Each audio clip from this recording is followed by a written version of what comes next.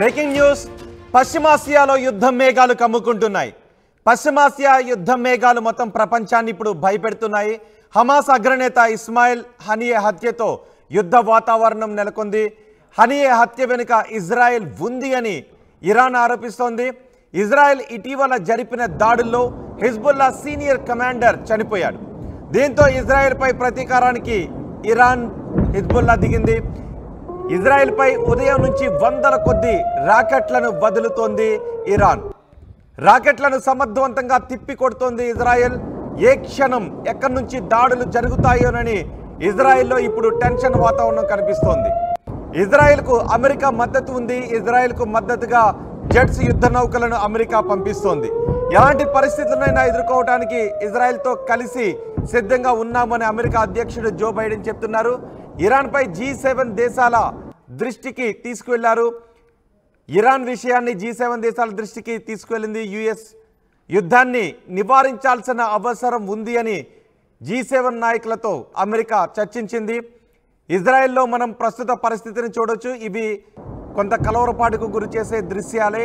కానీ ఇజ్రాయెల్లో ఏం జరుగుతోంది అనే విషయాన్ని మీకు చెప్పడం కోసమే మేము ప్రసారం చేస్తున్నాం. పశ్చిమాసియాలో మరోసారి యుద్ధ మేఘాలు కమ్ముకున్నాయి.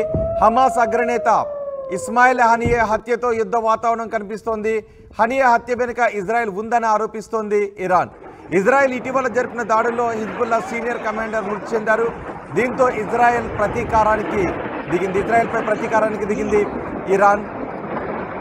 ఇజ్రాయెల్పై దాడులు చేస్తున్న దృశ్యాన్ని మనం చూడొచ్చు. ఒక చోట మిసైల్ పడిన చోట, రాకెట్ పడిన చోట ఎలా విధ్వంసం చోటు చేసుకుందో మనం ఆర్టీవీ స్క్రీన్ పైన చూడొచ్చు. ఇజ్రాయెల్ ఇప్పటికే ఐరన్ డోమ్ సాయంతో ఇజ్రాయెల్ భూభాగం పైకి దూసుకొస్తున్న రాకెట్లను తిప్పికొడుతోంది, మిసైళ్లను తిప్పికొడుతోంది. అయినప్పటికీ కూడా అక్కడక్కడ మిసైల్స్ పడుతూనే ఉన్నాయి. దీంతో విధ్వంసం చోటు చేసుకుంటుంది. ఇజ్రాయెల్పై ఉదయం నుంచి వందల కొద్ది రాకెట్లను వదులుతోంది ఇరాన్ హిజ్బుల్లా. ఆ రాకెట్లను ఇజ్రాయెల్ సమర్థవంతంగా తిప్పికొడుతోంది. అయితే ఏ క్షణం ఎక్కడి నుంచి ఏ వైపు నుంచి దాడులు జరుగుతాయోననే టెన్షన్లో ఇజ్రాయెల్ ప్రస్తుతం ఉంది. ఇజ్రాయెల్కు అమెరికా మద్దతు తెలుపుతోంది. ఇజ్రాయెల్కు మద్దతుగా జెట్స్ యుద్ధ నౌకలను అమెరికా పంపిస్తోంది. ఎలాంటి పరిస్థితినైనా ఎదుర్కొనేందుకు ఇజ్రాయెల్తో కలిసి సిద్ధంగా ఉన్నామని అమెరికా అధ్యక్షుడు జో బైడెన్ చెప్పారు. మనం ఆర్టీవీ స్క్రీన్ పైన చూడొచ్చు. పెద్ద ఎత్తున ఇజ్రాయెల్ వైపు దూసుకొస్తున్న మిసైళ్లను చూడొచ్చు. ఇజ్రాయెల్తో కలిసి ఈ పరిస్థితిని ఎదుర్కోవడానికి సిద్ధంగా ఉన్నామని జో బైడెన్ చెప్తున్నారు. ఇరాన్పై G7 దేశాల దృష్టికి తీసుకువెళ్ళింది ఈ అమెరికా.